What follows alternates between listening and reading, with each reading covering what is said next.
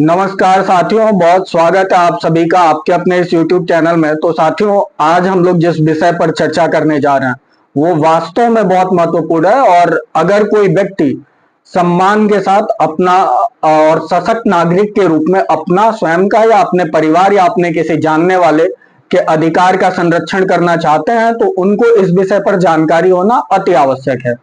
और आज का हमारा टॉपिक है अभियुक्त के अधिकार, यानी कि अभियुक्त व्यक्ति के क्या क्या अधिकार होते हैं। अब एक बार को ये भी हम सबके दिमाग में आ सकता है कि अभियुक्त के अधिकार को जानकर हम सब क्या करेंगे। तो देखिए, अभियुक्त वो व्यक्ति नहीं है जो कि अपराधी है, बल्कि अभियुक्त वो व्यक्ति है जिस पर किसी आपराधिक कृत्य या आपराधिक कार्य को कारित करने का अभियोग या आरोप लगा हुआ है। तो साथियों, जब तक हम ये नहीं जानेंगे कि किसी अभियुक्त व्यक्ति के क्या क्या अधिकार होते हैं तो इन फ्यूचर अगर किसी भी व्यक्ति पर कोई आरोप लगते हैं तो वो अपने अधिकार का संरक्षण नहीं कर पाएंगे और ना ही सशक्त नागरिक के रूप में सम्मान के साथ अपना जीवन व्यतीत कर पाएंगे। तो ऐसी स्थिति में ये इस विषय पे जानकारी होना हम सभी के लिए बहुत महत्वपूर्ण है। देखिए, आपराधिक विधि में एक सामान्य सिद्धांत है कि कोई भी व्यक्ति, भले अभियुक्त की बात कर ली जाए तो अभियुक्त या कोई भी व्यक्ति तब तक अपराधी नहीं माना जा सकता जब तक कि उन पर लगाए गए आरोप को युक्त संदेह के परे ना साबित कर दिया जाए, बियॉन्ड रीजनेबल डाउट प्रूव ना कर दिया जाए। तो ये जानना जो है बहुत महत्वपूर्ण है, ये आप समझ चुके होंगे। तो अब ये जानना बहुत जरूरी है कि जब किसी व्यक्ति पर कोई आरोप कानून की दृष्टि में लगाए जाते हैं कि उनके द्वारा कोई आपराधिक कृत्य किया गया है, तो ऐसे में वो अपने इन अधिकारों का प्रयोग कर सकते हैं और अपने अधिकार का संरक्षण कर सकते हैं। देखिए, पहला जो अधिकार है अभियुक्त का वह है कार्योत्तर विधि से संरक्षण, protection from ex post facto laws. तो देखिए, कार्योत्तर विधि कौन सी विधि होती है? कार्योत्तर विधि वो विधि होती है जो किसी व्यक्ति द्वारा किसी कार्य को करने के उपरांत बनाई जाती है, यानी कि जब वो काम कर रहे थे उस टाइम वो विधि जो है वो प्रचलन में नहीं थी, यानी कि लागू नहीं थी, और बाद में ऐसे कानून को बनाया या लागू किया जाता है। तो ऐसे व्यक्ति को उस कृत्य के लिए बाद में बनाए गए कानून के तहत दंडित नहीं किया जाएगा। ये जो संरक्षण है वो अभियुक्त के लिए बहुत महत्वपूर्ण है। और इस पे एक केस भी हम लोग डिस्कस करते हैं, Kedarnath versus state of West Bengal. इसमें जो व्यक्ति थे उन पर 1947 में किसी आपराधिक कृत्य को करने का आरोप लगाया गया था। 1949 में क्या हुआ, संसद द्वारा उस कानून में कुछ संशोधन किया गया और उस संशोधन के उपरांत उस अपराध के लिए जो दंड प्रावधानित था उससे अधिक दंड का प्रावधान कर दिया गया। और ऐसे उस व्यक्ति को जो अभियुक्त थे उनको उस जो दंड प्रावधानित था, बाद में प्रावधानित हुआ था, बढ़ाया गया दंड, उससे दंडित कर दिया गया। तो इस मामले में माननीय न्यायालय ने यह निर्धारित किया कि देखिए, ऐसे व्यक्ति जो होंगे वो अपराध किए जाने के पश्चात बनाए गए कानून या बढ़ाए गए दंड के लिए भागी नहीं होंगे, वो उसी दंड के भागी होंगे जो उस अपराध को कारित करते समय उनको मिलना चाहिए था, कानून के अनुसार मिलना चाहिए था। और दूसरा एक केस है रतन लाल वर्सेस स्टेट ऑफ पंजाब। इस केस में एक 16 साल का लड़का होता है और वो लड़का जो है वो अपने पड़ोसी के घर में जाता है, बिना अधिकार के उनके घर में जाता है और उनकी 7 साल की लड़की के साथ रेप करता है। तो इस मामले में जो सबऑर्डिनेट कोर्ट है उनके सबऑर्डिनेट कोर्ट द्वारा ये निर्णय दिया जाता है कि ऐसा अभियुक्त जो 16 साल का है 6 महीने के कठोर कारावास से दंडित किया जाएगा। बाद में संसद द्वारा एक कानून लाया जाता है, the protection of offender act, इस 1958। इस एक्ट के तहत यह प्रावधान किया जाता है कि 21 वर्ष से कम आयु के किसी व्यक्ति को किसी आपराधिक कृत्य के लिए दंडित नहीं किया जाएगा। तो ऐसे मामले में ये जानना बहुत महत्वपूर्ण है, ध्यान दीजिएगा कि बढ़ा हुआ दंड जो है वो नहीं दिया जा सकता बाद में, लेकिन अगर कोई प्रावधान ऐसा किया जाता है जिसका लाभ अभियुक्त को मिल सकता है, जैसे कि दंड को कम कर दिया जाए, तो उस प्रावधान का लाभ जरूर अभियुक्त को दिया जाएगा। तो इस मामले में उस 16 साल के लड़के को जो है दोषमुक्त कर दिया जाता है। और इसका वजह ये रहता है कि 1958 में जो कानून बनाया गया उसके तहत 21 वर्ष से कम आयु के किसी व्यक्ति को अपराधी घोषित करके दंडित नहीं किया जा सकता। तो पहले अभियुक्त के जो अधिकार पहला है उसको आप समझ चुके होंगे कि कार्योत्तर विधि से संरक्षण क्या होता है।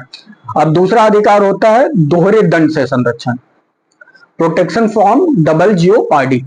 तो ये जो होता है इसमें प्रावधान ये है कि किसी भी व्यक्ति को एक अपराध को कारित करने के लिए एक से अधिक बार दंडित नहीं किया जाएगा। यानी कि अगर वो व्यक्ति एक बार उस अपराध के लिए दंडित हो चुका है और अपनी सजा भुगत चुका है तो दोबारा उसको उस अपराध के लिए दंडित नहीं किया जाएगा। ये लैटिन के एक प्रिंसिपल नामो डेबिट विस वैक्सी पे बेस्ड प्रिंसिपल है, जिसके अनुसार किसी भी व्यक्ति को एक ही अपराध के लिए 2 बार या 2 से अधिक बार दंडित नहीं किया जा सकता।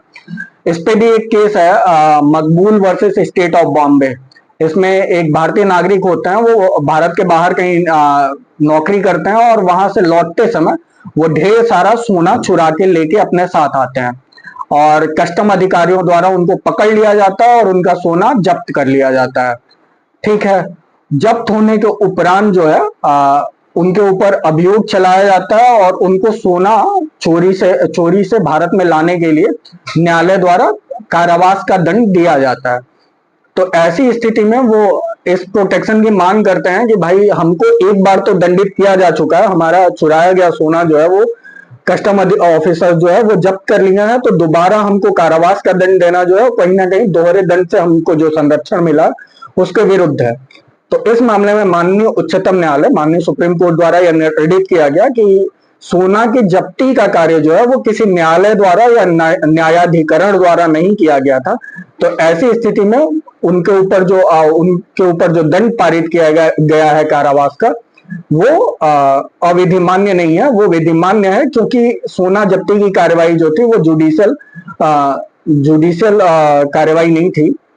और तीसरा जो संरक्षण है किसी भी अभियुक्त का जिनके विरुद्ध एफआईआर लिख लिया गया है, एफआईआर दर्ज हो चुका है, एफआईआर की कॉपी निःशुल्क प्राप्त करने का अधिकार। देखिए, आपराधिक विधि में एक और सामान्य सिद्धांत है कि जब किसी व्यक्ति के ऊपर कोई आरोप लगाए जाते हैं तो उस व्यक्ति को ये जानने का अधिकार होता है कि उनके ऊपर क्या आरोप या किन सुसंगत धाराओं के अंतर्गत जो है कार्रवाई की गई है, मामला दर्ज किया गया है। और ऐसा व्यक्ति जो है वो एफआईआर की कॉपी जो है वो निःशुल्क प्राप्त करने का अधिकार रखता है।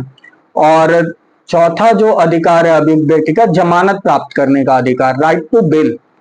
तो देखिए, कहा भी जाता है भारत में कि जमानत जो है वो अधिकार है और जेल जो है वो अपवाद है। तो अपराध जो होते हैं वो 2 श्रेणियों के होते हैं, जमानती और अजमानती। तो जब किसी व्यक्ति को पुलिस द्वारा जमानती अपराध में गिरफ्तार किया जाता है तो पुलिस अधिकारी द्वारा उनको उनके इस अधिकार की सूचना दी जाएगी कि आपका अपराध जो है, आपका जो कृत्य है वो जमानती है और आप जो है जमानत के लिए आवेदन करें और इन शर्तों पे आपको जमानत पर छोड़ा जाएगा। तो ये हो गया जमानत का अधिकार।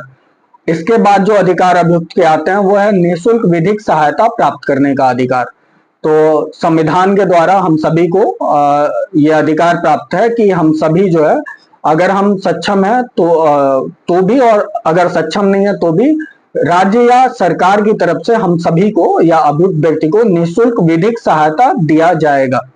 तो ये इस पे भी एक केस है M H Hoskot versus state of Maharashtra.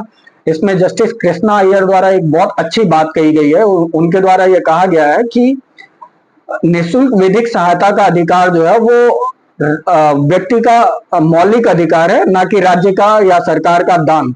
तो ऐसा अधिकार प्रत्येक व्यक्ति को मिलना चाहिए, भले ही वो व्यक्ति कितना ही निर्धन क्यों ना हो। और एक और अधिकार है अभियुक्त का, जब किसी व्यक्ति पे कोई आरोप लगाया जाता है और पुलिस द्वारा गिरफ्तार किया जाता है तो ऐसे व्यक्ति को अपने परिवार के सदस्यों व अपने वकील से मिलने का मौलिक अधिकार प्राप्त है।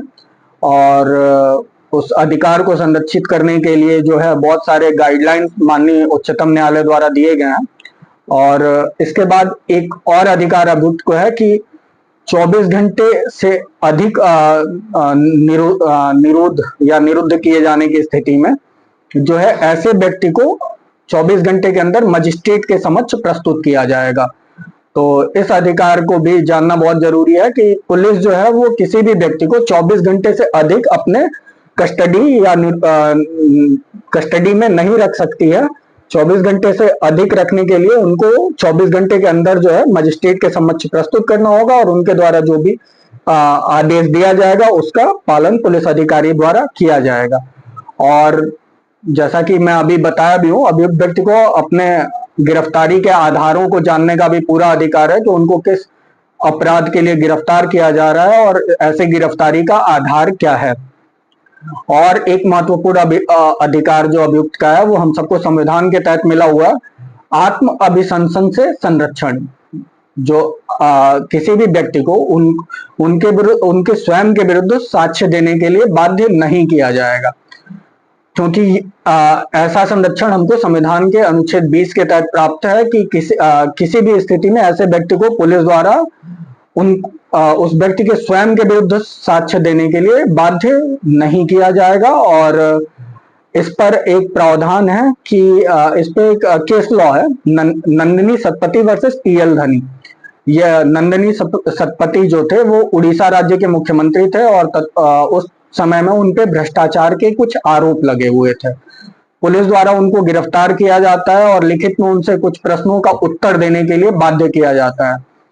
तो माननीय उच्चतम न्यायालय के समझ जब यह मामला आता है तो माननीय उच्चतम न्यायालय द्वारा निर्धारित किया जाता है कि संविधान के अनुच्छेद 20(3) के तहत जो सेल्फ इंक्रिमिनेशन से संरक्षण की बात की गई है या राइट टू साइलेंस की बात की गई है, वो न केवल न्यायालय में अभियुक्त को उपलब्ध होगा बल्कि पुलिस अधिकारी के सामने भी अभियुक्त व्यक्ति को इस बात का अधिकार है, पूरा अधिकार है कि वो अपने विरुद्ध साक्ष्य देने के लिए बाध्य नहीं किए जाएंगे। तो ये सब बहुत महत्वपूर्ण अधिकार है। इसके साथ ही एक और अधिकार अभियुक्त का है जो बहुत इंपॉर्टेंट है। प्रत्येक व्यक्ति जिन पे किसी अपराध का आरोप है उनको यह अधिकार प्रदान किया गया है कि उनके मामले में जो है शीघ्र विचारण किया जाए। हालांकि कोर्ट्स पे जो है बर्डन ऑफ केसेस बहुत ज्यादा है, इस स्थिति में जो है शीघ्र विचारण कई बार और ज्यादातर मामलों में संभव नहीं हो पाता है। तो साथियों, ये थे अभियुक्त के अधिकार जिन पे जानकारी होना हम सभी के लिए बहुत आवश्यक है। और प्लीज वीडियो को लाइक करिए, शेयर करिए और सब्सक्राइब करिए। बहुत बहुत धन्यवाद।